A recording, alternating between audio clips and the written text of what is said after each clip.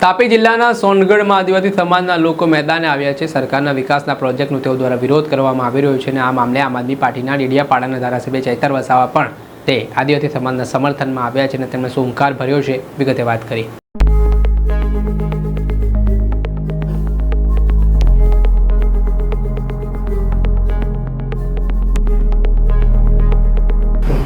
શું તમે શોપ લેવાનું વિચારી રહ્યા છો?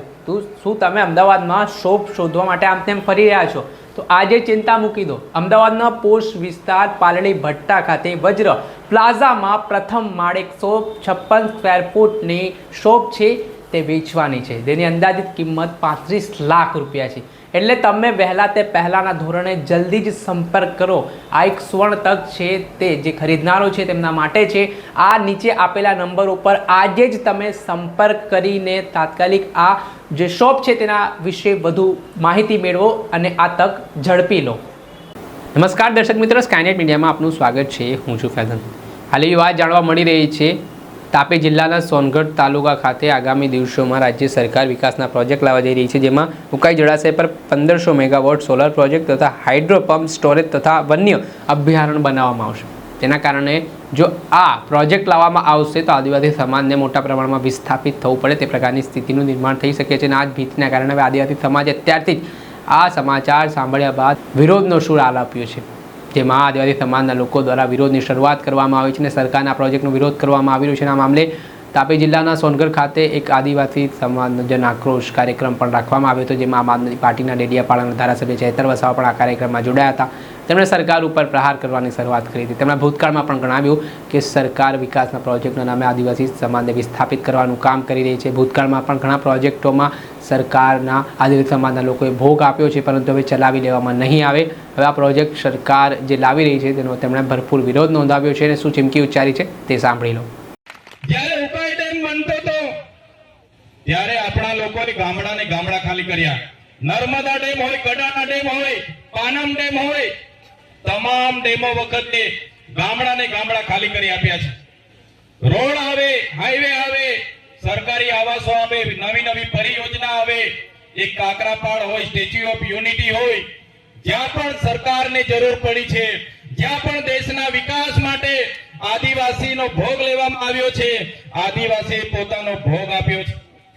ત્યારે આજે સોલાર પ્રોજેક્ટના નામે જે આપણો આદિવાસી ત્યાં પોતાનું જીવન ધોરણ જીવે છે, એ માછલી પકડવાની પ્રવૃત્તિ એ સહકારી મંડળીઓ પર જ્યારે તરાપ મારવાની વાત આવે ત્યારે તમને અમે આશ્વાસન આપવા માટે આવ્યા છે, તમે એકલા નથી.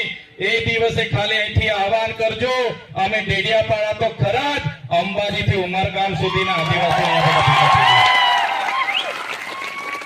ક્યાર સુધી વિસ્થાપિત થશો? આજે પૂરા દેશમાં 1,40,00,000 આદિવાસીઓ આજે ભટકે છે. જુદા જુદા પ્રોજેક્ટોના નામે આજે 1,40,00,000 લોકોને પોતાના ગામ, પોતાના સમાજ, પોતાના સંસ્કૃતિથી છીન ભીન થઈ જવું પડી છે. આજે આપણા વિકાસની વાત આવે ત્યારે આ સરકાર, મૂંગી સરકાર સાંભળતી નથી, પણ આદિવાસીઓના ભોગે ઉદ્યોગપતિઓના વિકાસમાં સરકાર માને છે. ત્યારે સાથીઓ, એક થવાની જરૂર છે. આજે તમારો વારો છે. વ્યારાવાળાનો વારો આવશે આવનારા દિવસોમાં. કેવડિયાવાળાનો, માલ સામોટ હોય, સાપુતારા હોય, જે પણ પ્રોજેક્ટો આવે છે,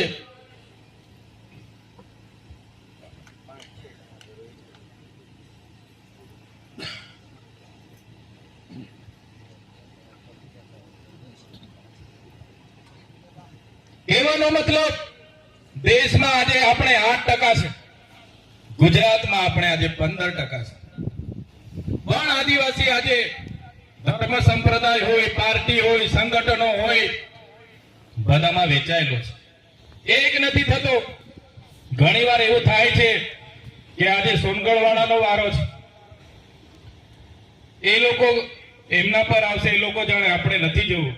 ક્યારેક એવું થાય છે કેવડિયા વાળા જાણે, ક્યારેક એવું થાય કે વ્યારા વાળા જાણે.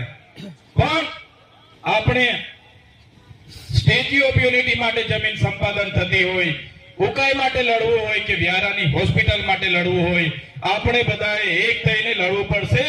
ત્યારે જ આ સરકારને આપણે અહીંથી ખદેડીને ગઈશું, નહીં તો આવનારા દિવસોમાં બિસ્તરા પોટલા લઈને મજૂરી માટે તૈયાર થઈ જવું પડશે. સાથીઓ, આજે બધા આગેવાનોએ લિસ્ટ બતાવ્યું. સાચી વાત છે, ઘણી જગ્યાએ અમે અનંતભાઈ પટેલ અને બીજા સાથીઓ સાથે અનેક આંદોલનોમાં ભેગા થઈએ તો લોકો અમને ફરિયાદો કરે, પણ જે લોકો નથી આવતા. આપણે સાંભળ્યા હતા આમ આદમી પાર્ટીના ડેડિયાપાડાના ધારાસભ્ય ચૈતર વસાવા. તેમણે આટલેથી ન અટકતા ભૂતકાળની વાતો પણ ગણાવી ને હવે જો સરકાર આ પ્રોજેક્ટ પરત નહીં કરે તો ઉમરગામથી લઈને અંબાજી સુધીના આદિવાસી સમાજના લોકોને એકઠા કરીને તેઓ ઉગ્ર વિરોધ કરશે અને સરકારને બાનમાં લેવાનો પ્રયાસ કરશે તેવી પણ ચીમકી તેઓ ઉચ્ચારી રહ્યા છે.